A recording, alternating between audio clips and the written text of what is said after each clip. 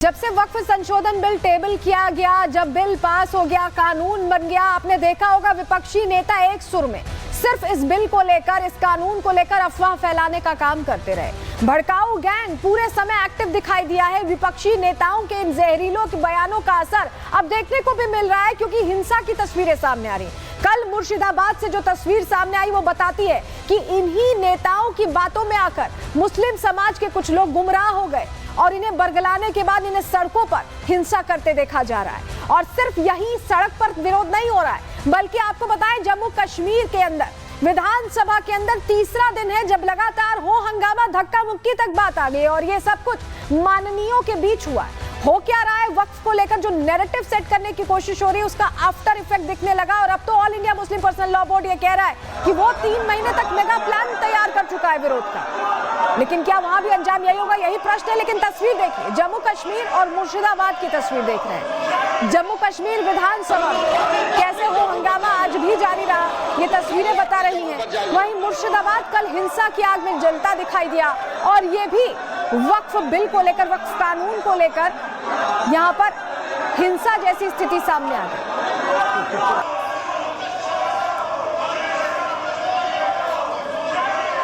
तो ये दो तस्वीरें बता रही हैं कि कैसे ये भड़काऊ गैंग का लगता है कि काम पूरा हो गया। जिस काम के लिए ये अलग अलग बयानबाजी कर रहे थे वो स्थिति खड़ी हो गई है। सदन के अंदर तो हंगामा हो ही रहा है, सड़क पर भी हिंसा जैसी तस्वीरें सामने आई हैं। बंगाल के मुर्शिदाबाद की जलने की तस्वीरें सामने आई हैं। तो भड़काऊ गैंग ने तो भड़का दिया, अफवाह फैला दी वक्फ कानून के खिलाफ, और उसको लेकर आग लगती दिखाई दी है। वक्फ कानून के विरोध में विपक्षी दल शुरू से रहा है, भड़काऊ गैंग एक्टिव रहा है। जम्मू से लेकर बंगाल तक इसका सीधा असर देखने को मिला है। जम्मू कश्मीर विधानसभा में पिछले 3 दिन से बवाल हो रहा है। विधायक आपस में हाथापाई कर रहे हैं। सोचिए, इस तरह की स्थिति है। बंगाल के मुर्शिदाबाद में भी हालात बहुत खराब है। वहां पर भी मुस्लिमों ने सड़क पर जमकर आगजनी की है। प्रदर्शन हो रहा था और प्रदर्शन हिंसक हो गया। विरोध का ये तरीका कितना जायज है, ये सवाल है। और हम दोनों तरीकों की बात करें, चाहे सदन के अंदर जनता से जुड़े मुद्दे ना उठाकर हो हंगामा करना, या मुर्शिदाबाद में हिंसा जैसी तस्वीरें सामने आना। चलिए, जम्मू कश्मीर की पहले आपको 3 तस्वीरें दिखा रहे हैं। विधानसभा की कार्रवाई 7 अप्रैल आप देख लीजिए तस्वीर जहां हो हंगामा हुआ। 8 अप्रैल देखिए प्रतियां फाड़ी गई, काला कपड़ा दिखाया गया। और आज की तस्वीर भी देख लीजिए। आज तो ऐसा लगा कि जूतम पैजार होना ही बची है, वही तस्वीर दिख रही है। और ये माननीय है जिन्हें जनता ने चुना है। सदन की कार्रवाई जब होती है तो प्रदेश के विकास को लेकर चर्चा होती है। कुछ बिल्स होते हैं जो पास होते हैं, कुछ और फैसले लिए जाते हैं, लेकिन यहाँ पर सिर्फ और सिर्फ राजनीति का फैसला लिया गया। कम से कम तस्वीर तो यही बता रही है। और ये पिछले 3 दिन से जारी है। आप सोचिए, 3 दिन से काम ठप पड़ा है, कुछ नहीं हो रहा है सदन के अंदर, सिर्फ यही हो हंगामा हो रहा है। जरा आपको तस्वीर दिखा देते हैं। 3 दिन की तस्वीर तो दिखाई, लेकिन आज की तस्वीर और हैरान करती है। देखिए जरा, ये कैसे एक दूसरे को धक्का मुक्की की जा रही है। ये माननीय, ये विधायक है जिन्हें जनता ने चुनकर भेजा है, और ये अपनी मर्यादा ही भूल गए। और ये देखिए, ये जो धक्का मुक्की हुई उसमें टेबल का कांच तक टूट गया। ये हालात, और ये सदन के जस्ट बाहर, इनको बाहर निकाला गया था जिससे कि कार्रवाई हो पाए, लेकिन कार्रवाई के बजाय यहाँ सब कुछ होता दिखाई दिया।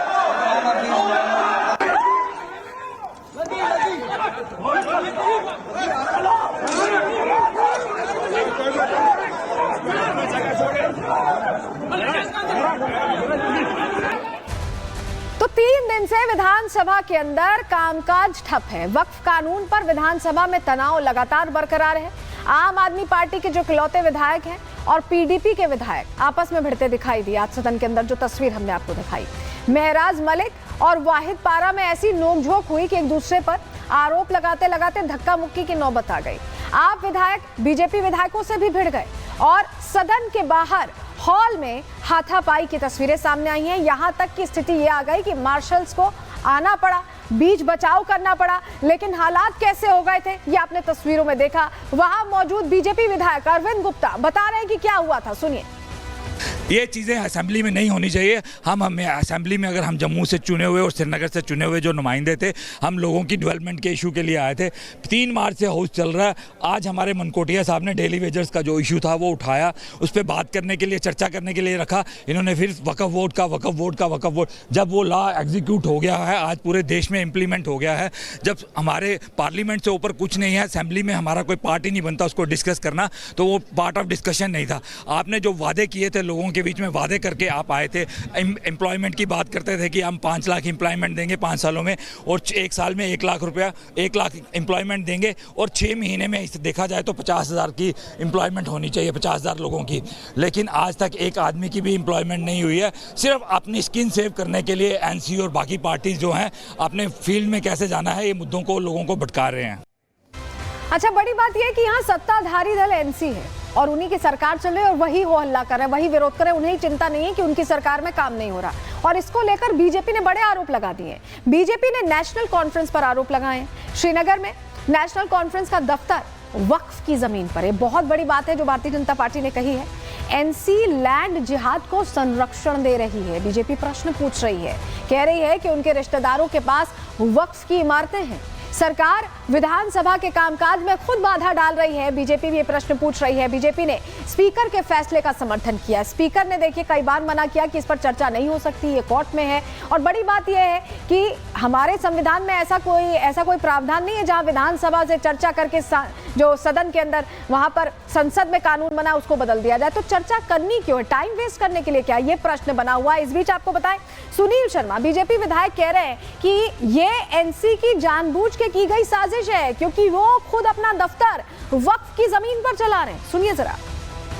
नेशनल कॉन्फ्रेंस धार्मिक भावनाओं को उत्तेजित करके जम्मू कश्मीर में भूमाफियाओं को बचाना चाहती है, और वो भूमाफिया हैं जो इनके कार्यकर्ता हैं, जो इनके रिश्तेदार हैं।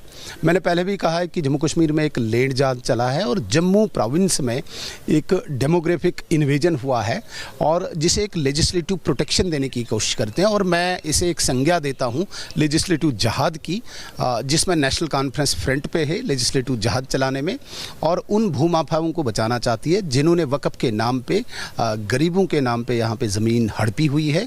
मैं कोट करना चाहता हूँ, नेशनल कॉन्फ्रेंस के कई ऑफिस, विशेषकर जो इनका मेन ऑफिस नहीं सुबह वहाँ कश्मीर में है, वो भी वक़्फ़ की ज़मीन पे है। इनके रिश्तेदारों की बिल्डिंग्स वक़्फ़ की ज़मीन पे हैं। वो इनको दर्द चल रहा है, और इसके साथ साथ ये लैंड जहाद को यहाँ पे एनकरेज करना चाहते हैं, लैंड जहाद को प्रोटेक्ट करना चाहते हैं, लेजिस्लेचर के द्वारा लेजिस्लेटिव जहाद चलाना चाहते हैं, जो ये असफल हुए। और एक और बात स्पष्ट करना चाहता हूँ, मुझे लगता है जम्मू कश्मीर की तारीख में, इतिहास में पहली बार हो रहा है कि सरकार ही सदन को चलने नहीं दे रही है।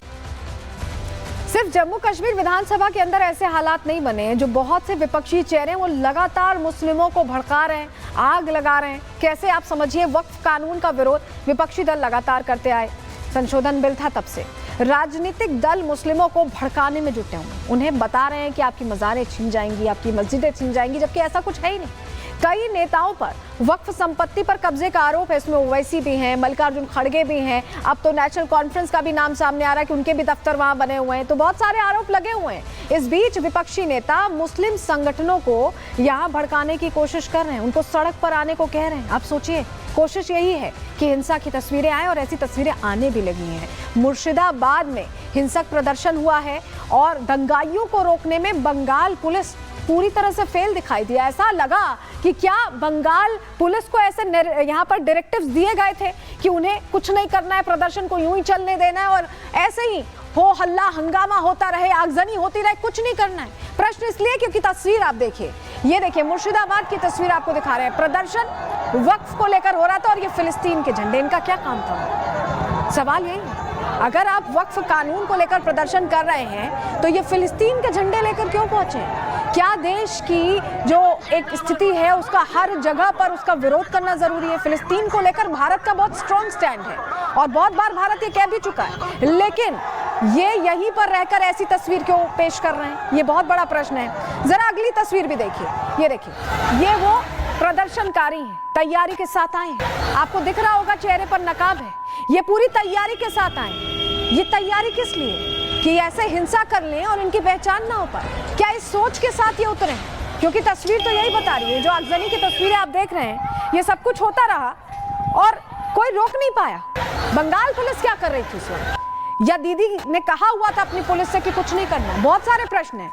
आप देखिए, जितने भी ये चेहरे हैं, जितने भी उपद्रवी हैं, ये चेहरा ढक कर आए हैं।